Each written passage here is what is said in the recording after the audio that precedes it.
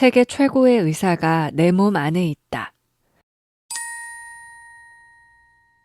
면역 질환 3가지. 국군과 같은 면역이 잘못 처신함으로 생기는 3가지 질병이 있습니다. 첫째, 알레르기입니다. 조금만 이상해도 적이 아닌가 의심합니다. 마치 외국인 관광객을 간첩이라 오해하고 과잉 대응을 합니다.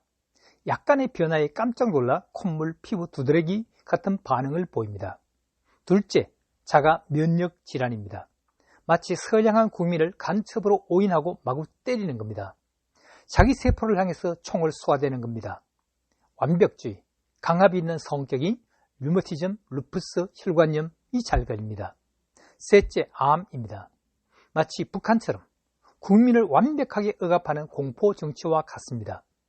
흔히 암을 출구 없는 병이라 부릅니다. 결국 숨도 못 쉬는 국민들이 집단 쿠데타를 일으킵니다. 이렇게 세포가 폭발하는 것이 암입니다. 잠언 17장에 마음의 즐거움은 양약이라도 심령의 근심은 뼈를 마르게 하는 겁니다. 암킬러 NK세포. 암이 생기면 몸의 면역체계가 어떻게 움직일까요? 대부분의 암세포는 정상세포가 변형된 것입니다. 거짓 유언비에 빠졌고 일부는 피해를 입었습니다. 처음에 경찰세포라는 B세포가 신분 조사를 합니다.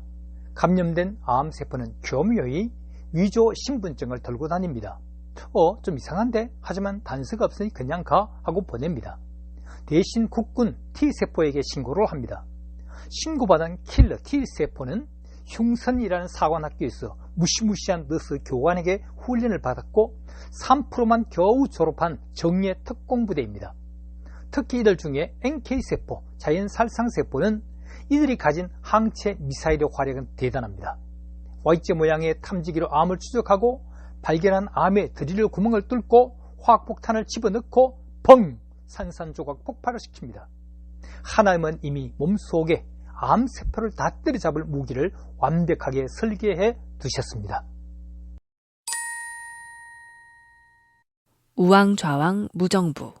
건강한 세포가 어떻게 적군의 유언비어에 속아 넘어갔는지 현대의학도 아직 답을 못 찾고 있습니다. 단지 우리 몸에는 면역사령관, 헬퍼 T세포의 명령이 둘일 때 이런 일이 일어납니다.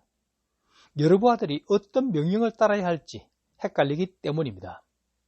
지금은 몸조심하는 게 상책이다 라고 생각하면 알레르기가 됩니다. 헷갈릴 때 무조건 때려잡고 보자 하면 자가 면역 질환이 됩니다. 어이쿠, 방법이 없다, 될 대로 되라 하면 암이 되는 겁니다.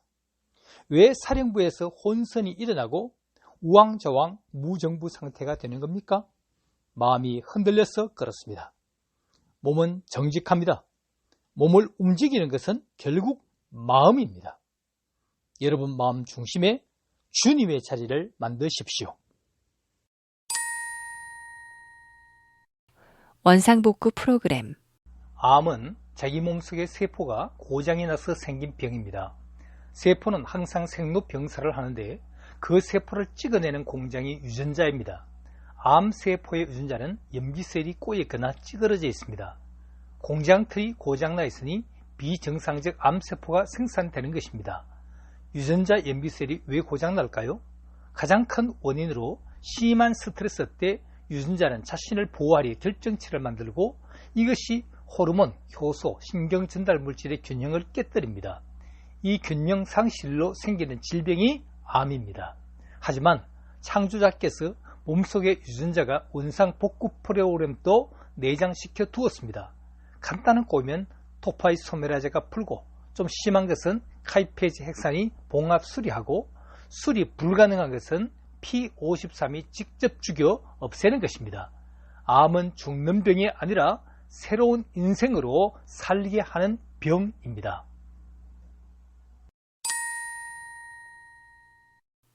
염색체 P53. 엉뚱한 과학자 하나가 실험 하나를 했습니다. 시험관에다가 건강한 세포와 암세포를 함께 집어넣고 얼마 만에 암세포가 건강한 세포를 다 잡아먹어 치우는가 알아봤습니다.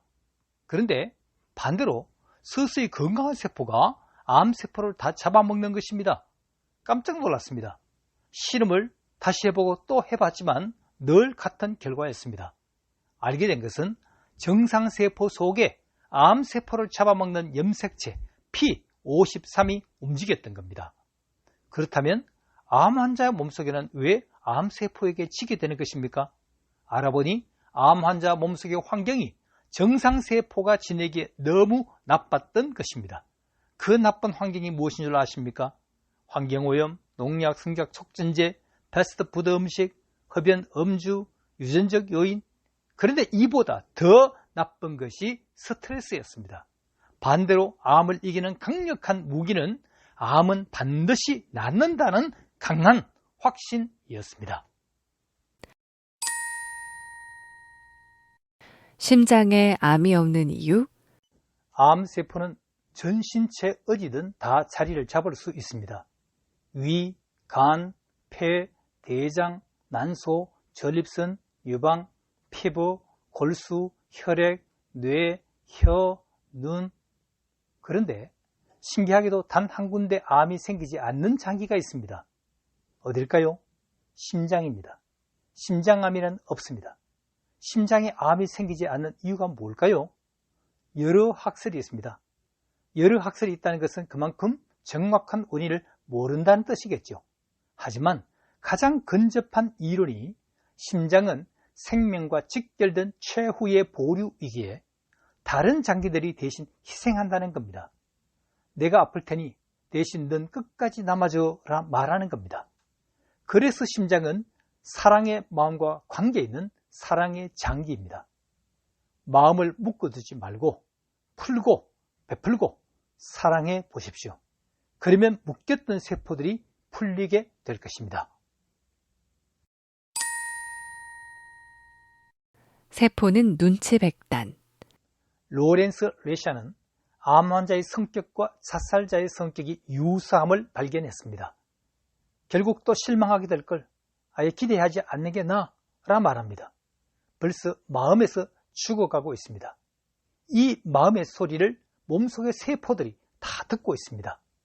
이때부터 세포와 면역계의 혼동을 일으켜 서서히 암세포가 자라나는 것입니다. 버른버그 교수는 성격의 성향을 통해 종양의 진행 속도까지 예측했습니다. 진행이 빠른 환자는 자기를 좋은 사람으로 보이려고 자기 변호나 방어 기제가 강하고 대신 쉽게 기분이 사로잡혀 감정 배출을 못하는 사람이었습니다. 그러나 진행이 더딘 환자는 문제에 솔직했고 운동같이 자기만의 해결법을 가진 사람들이었습니다. 즉 자기 변명과 부정 그리고 솔직함의 정도가 종양 성장도의 변인이었습니다. 이제부터 감정의 솔직함을 배웁시다. 사랑받는 세포가 암을 이긴다. 사실 암 환자는 몸에 종양이 되기까지 수없이 신호를 보내왔습니다. 종양이 1cm가 되기까지 15년이 걸리는데 그동안 수없는 신호를 몸에 보냈던 것입니다. 단지 뇌 속의 시끄러운 소리 때문에 몸의 소리를 무시했던 겁니다. 지금이라도 몸의 소리를 들어보십시오. 몸의 세포들이 주인의 눈길을 받는 순간 화들짝 깨어나 춤을 추기 시작합니다. 당신이 위암이라면 위에 손을 얹고 위야 내가 너를 사랑한다 말해보십시오. 당신이 대장암이라면 손을 얹고 미안하다 내가 너를 잘 돌보지 못했구나 말해보십시오. 아픈 장기나 세포들이 처음으로 주인의 눈길만 받고 감격해서 헉헉 울게 됩니다. 하버드 의대 암 전문가 김영준 박사는 사랑받는 세포가 암을 이긴다라고 말을 했습니다. 몸의 선장은 나입니다. 내부에서는 한 사람 한 사람의 업무와 고충을 이해하십시오. 그들의 목소리를 들어보십시오. 밖에 변화무쌍한 날씨와 파도가 닥쳐와도 잘 헤쳐나갈 유능한 선장이 되어 보십시오. 노라 말하세요. 암 환자의 얼굴은 대체로 무표정합니다. 마음속의 불평이나 불만이 잘 안 풀리고 계속 남아져 있기 때문입니다. 화를 내지도 않습니다. 자기 감정을 속으로 누르고 밖으로 어떻게 표출해야 될지 모릅니다. 마음을 들여다보면 잘 풀려지지 않는 흥크러진 실타래 같습니다. 한편 남이 부탁할 때 노라 거절하지도 못하고 항상 예스라 대답합니다. 노라 못하는 것은 또다시 거절을 받게 될까 두렵기 때문입니다. 그런 다음 뒤돌아 서서는 스스로에게 바보라 꿀밤을 막 쥐어박습니다. 밖으로는 느긋해 보이나 속으로는 분노가 치밀어 오릅니다. 단지 억압할 뿐입니다. 가령 남편이 외도하고 있다는 사실을 알게 되었더라도 화를 내기보다 남편의 외도가 자기 때문이라 판단합니다. 이러한 마음이 암 발생에 좋은 토양이 됩니다. 이제 흥크러진 실타래 푸는 법을 배우십시오.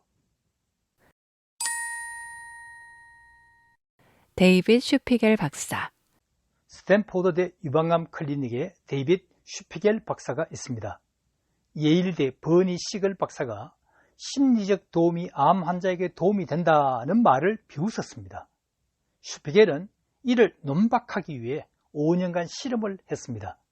자기 유방암 환자를 둘로 나누고 한 집단은 그냥 병원 치료만, 다른 집단은 매주 한 번씩 모임을 갖게 했습니다. 동병상련이라고 의학적 정보, 일그러진 몸매, 남편 흉보기, 자녀 문제, 죽음의 두려움 같은 감정을 솔직하게 나누게 했습니다.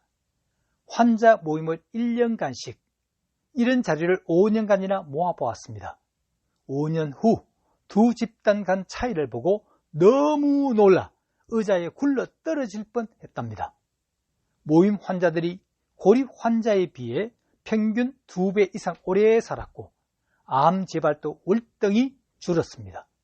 데이빗 슈피겔, 그는 요즘 세계적 심신의학 전도사가 되었습니다.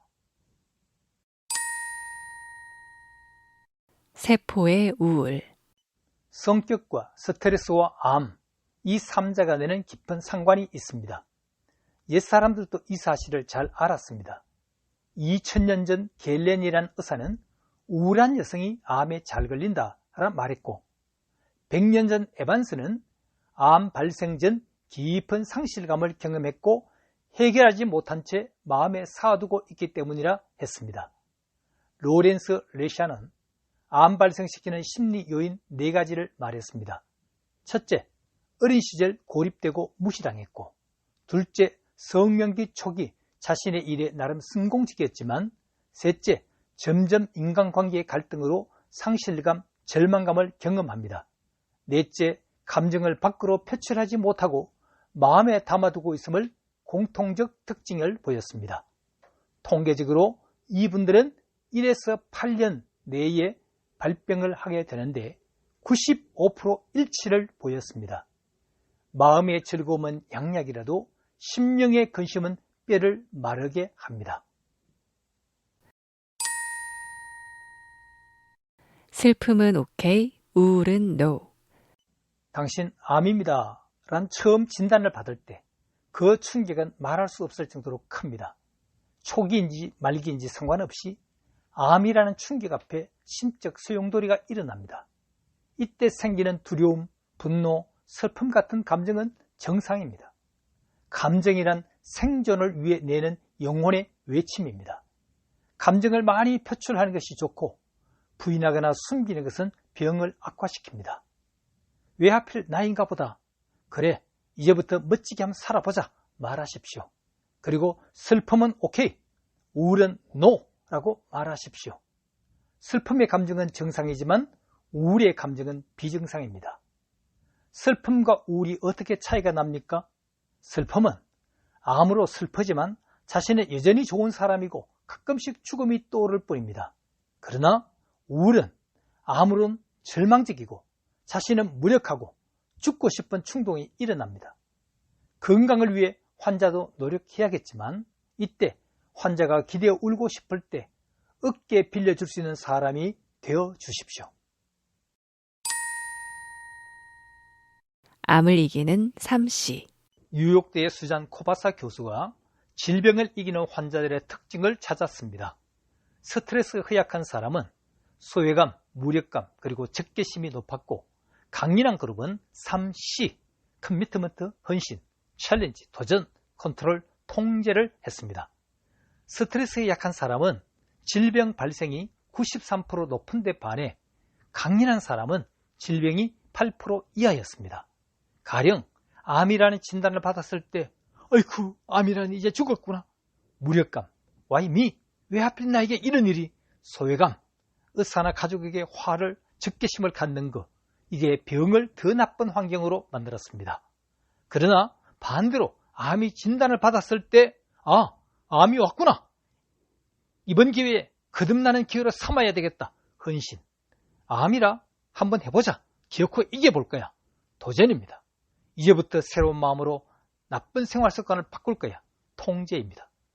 마음먹기에 따라서 93대 8, 질병의 허약과 강인한 차이였습니다.